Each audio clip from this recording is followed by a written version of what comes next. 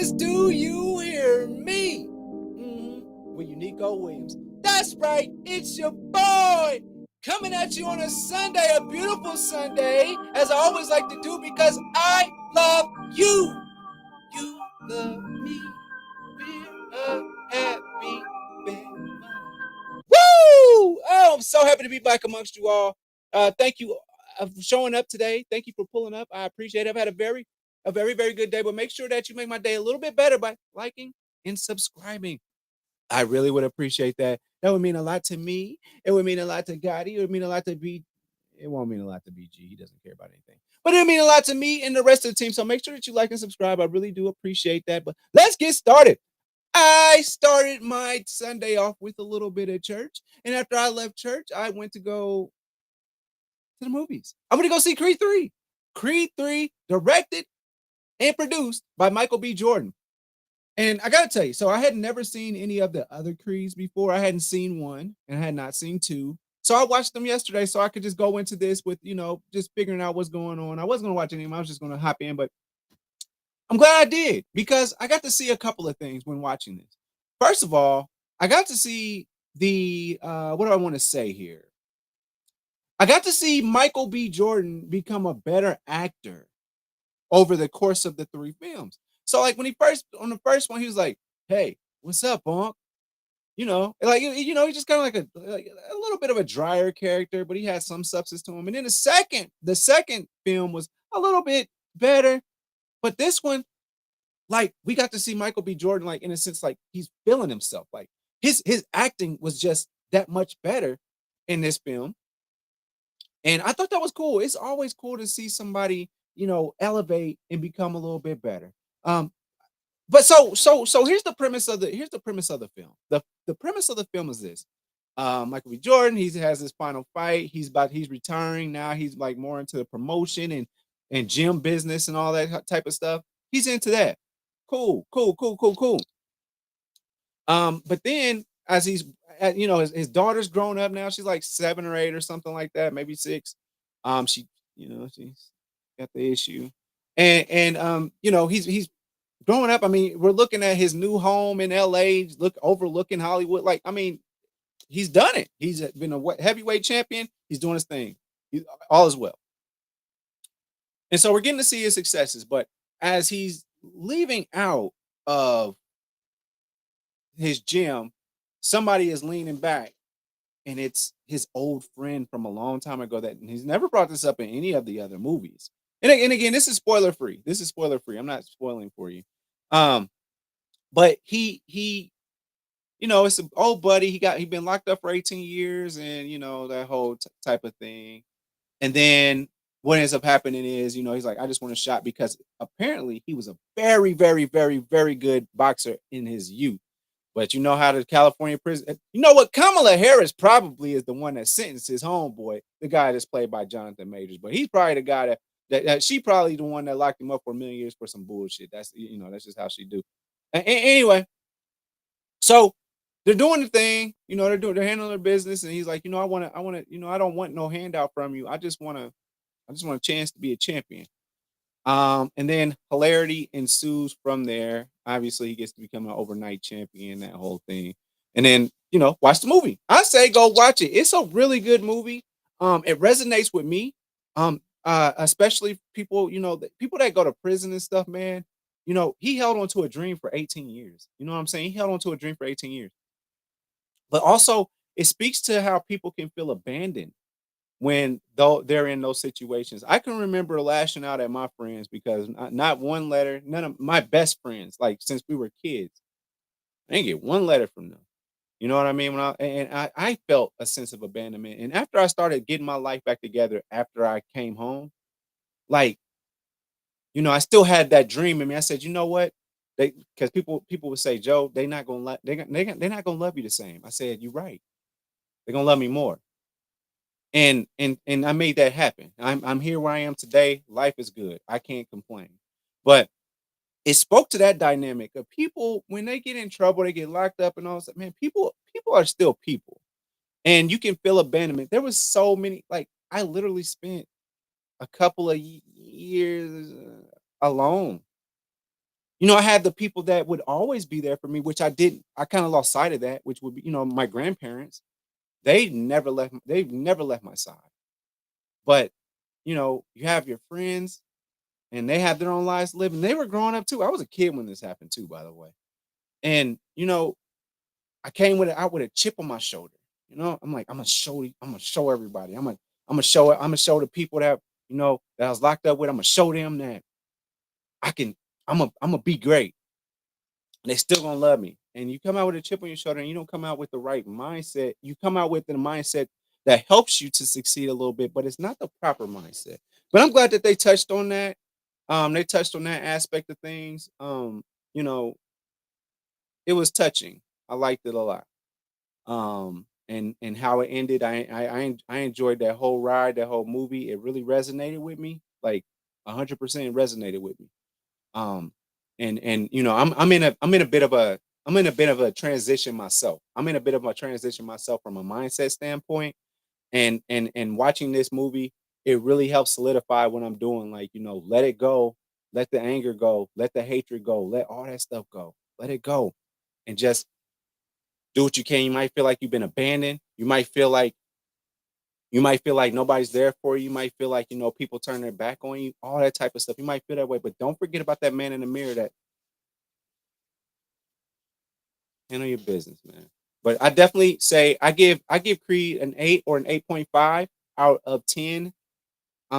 Because I really liked it. Oh, I also like the part of Jonathan Majors. Like, he's coming out as like the timid guy that just got out of jail. He's like timid.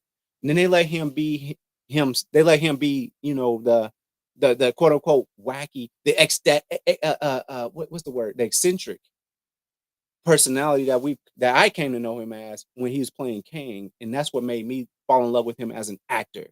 I really like that part of Kang of Loki, and has his that part of his character. I really like that. His eccentric side. So 100%, man. I say go see it. If you I went now, I'm not gonna sit up there and tell y'all go to IMAX or nothing to spend 20, 40, $50. I'm not gonna tell you do that. I went to go see it at 1 o'clock today. And with that being said, I paid $10 to see it, whereas typically we would pay 17, 18, 19, 20, 25, But we can cut corners when it comes to cost. So that's where I'm at. But let's get to the real shit. Also go see Creed. But let's let's get on this. Now let's nah, fuck all that. Listen, I sat there and watched the so we were doing a show last night, me and the rest of the overall 99 crew, and we were on Monray's show. Make sure y'all like and subscribe and do all that, man. Make it make sense. We were doing Make It Make Sense last night. If you missed it, go watch it. I got a little frustrated in that episode. Let a nigga talk, man. Damn. Um, but watching this Netflix special,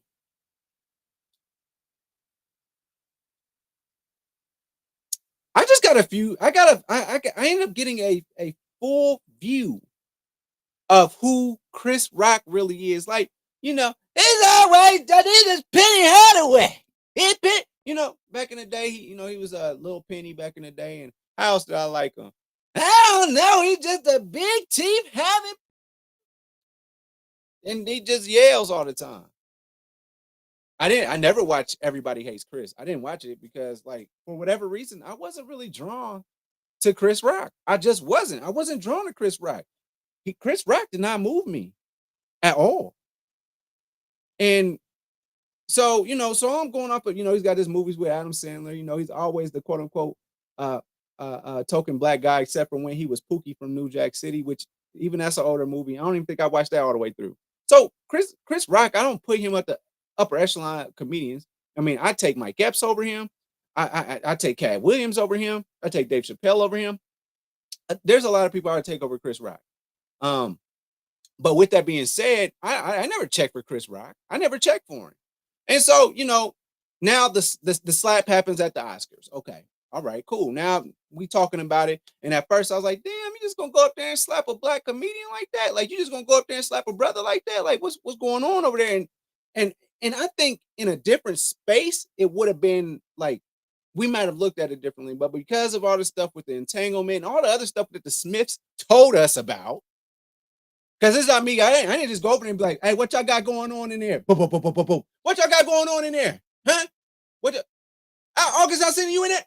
No, nobody came looking for this. This is information that was volunteered to us. With me being a journalist and doing what I do, I just report on it and I take the information that I get, fact check it, and then we go from there. But y'all go to the Red Table Talk and you interviewed the man about you cheating.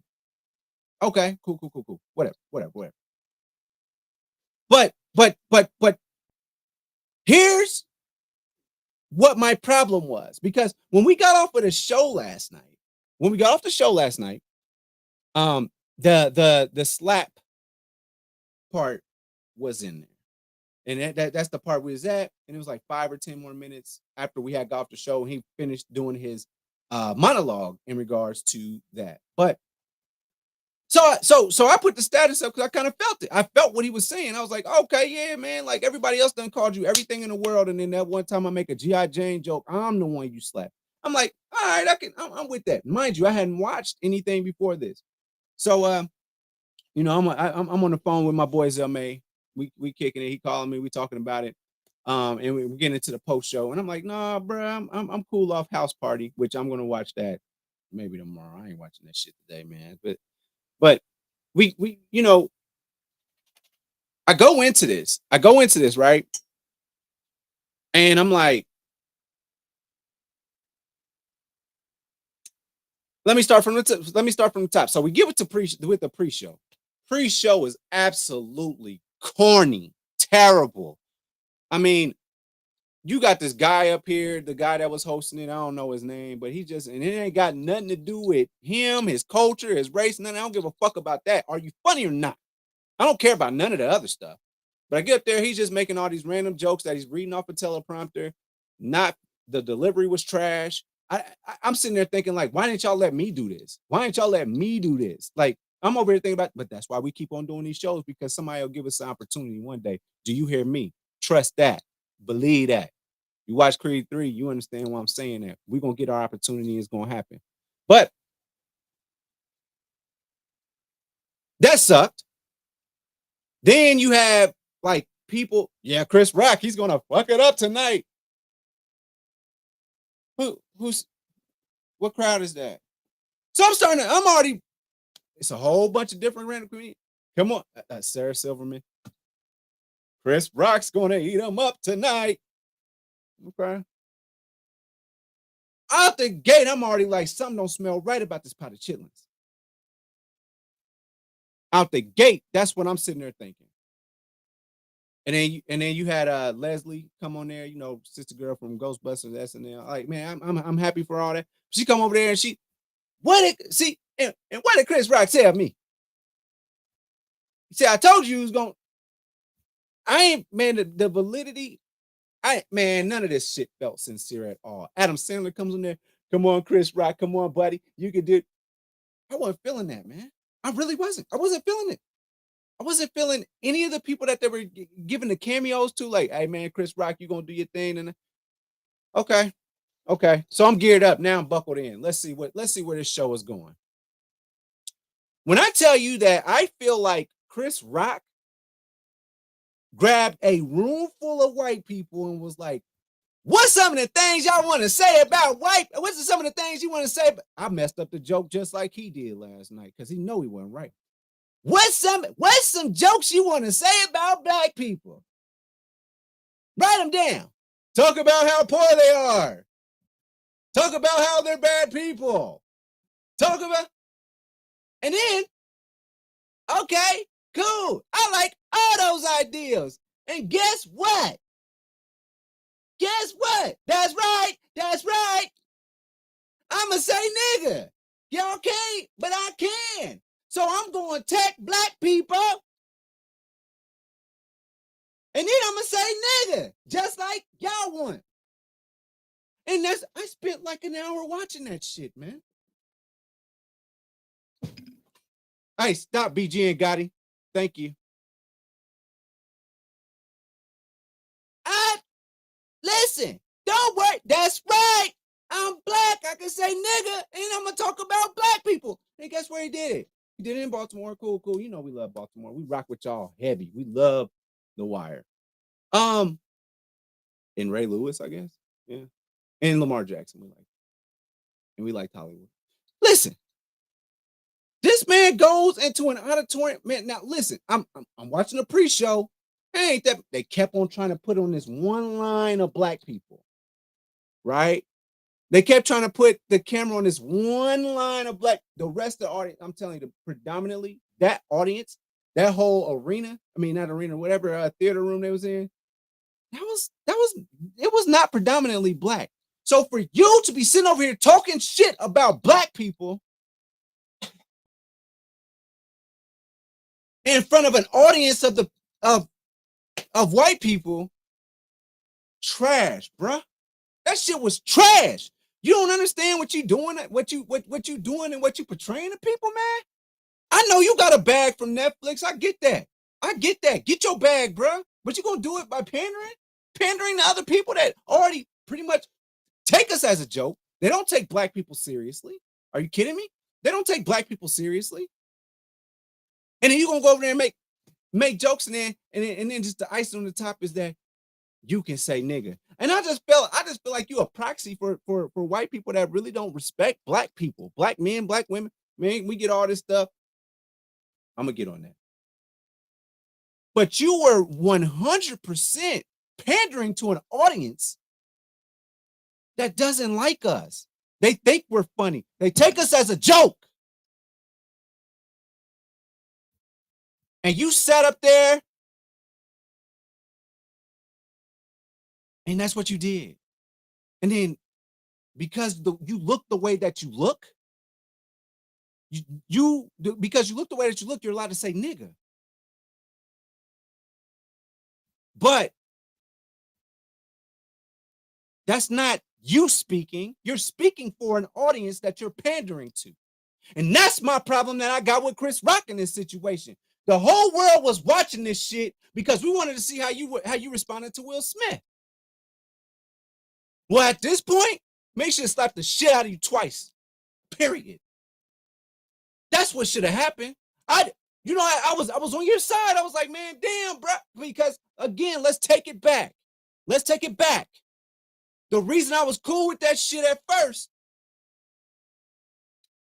is because the Smiths put out all their business, and it looked bad, and it looked like you finally stood up for yourself, but into the wrong person. Now I'm looking at it, bro. You a fraud. You a clown. You're a fraud. Hey, listen. Black people are broke. All right, black people are broke. Black people are dumb. That's all I was hearing last night.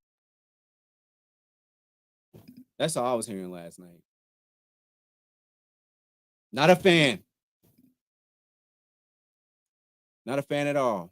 I didn't like that. So then, okay, now let's get to the Jada and Will part. Okay, so then all we watched this stupid ass show for. Come here. Get in here and sit down. We sat up here and watched this whole special because we wanted to hear what he had to say about Will in the slap. We wanted to know. Now he dropped the B word, like, man, everybody calling you a bitch. Everybody was calling you a bitch. Everybody was doing this. Everybody was saying this, and I'm the one you slap. I'm like, okay, I'm getting back on board with you. Okay, let's talk. Because after you spend an hour talking shit about black people, okay, now you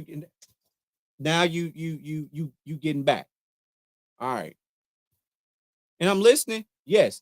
Yeah, he said the B word a whole bunch, called it, and then he said all this stemmed from something that happened at the Grammys or something where I guess a concussion, and she told Chris Rock that he should have not done the hosted it because concussion didn't get whatever, and then Will Smith gave me a concussion.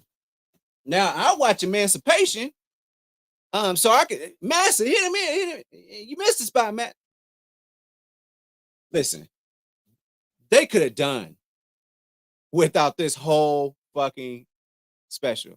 Now, Chris Rock could have 100% done it for the bag. That's what he wanted. Chris Rock, do it for the bag. I'm cool with that. Bet. Do it for the bag. I'm good with that. But the way you did it, that shit sucked. It was terrible. You spent an hour berating and talking shit about black people.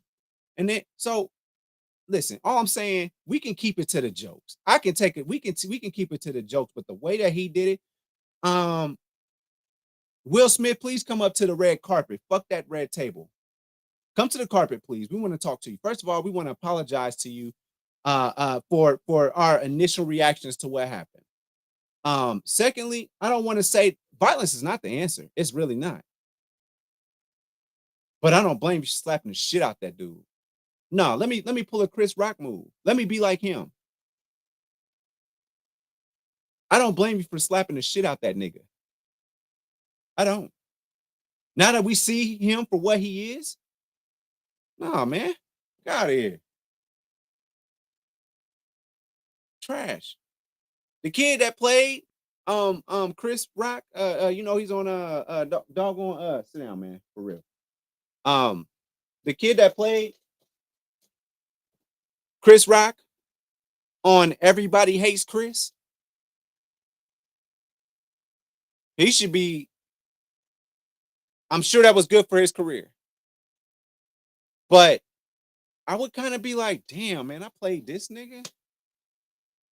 You got a bag. Yeah, you're supposed to get the bag. But I would be like, I played that nigga that's on the stage talking this shit right now. I'm always going to be connected to that. Cool, man. Pandering to an audience that don't really love you. They love you talking shit about the people. I'm going to leave it at that. I'm going to leave it at that because that's crazy. That was crazy, bro. But it is what it is. But I know this much. Now, ladies, if you're looking for somebody to pander to you and your needs, and it's not racially motivated, then look no further than me. Go to ChristianMingle.com. Look up Bartholomew, and best believe I got a joker too. Also, Overall 99 Podcast, Google Podcast, and Mama on Spotify. That's where we're at. Overall 99 Media, that's the main channel. But of course, if you're here on Unico Williams' channel, cool. But make sure that you go follow Overall 99 Media. Man, we got Locker Room Talk, we got Blur Cartel, we got, man, I have a lot of friends. So make sure you follow all my friends on our social media networks. And again, thank you so much for tuning in to another episode of Do You Hear Me? Go I holla.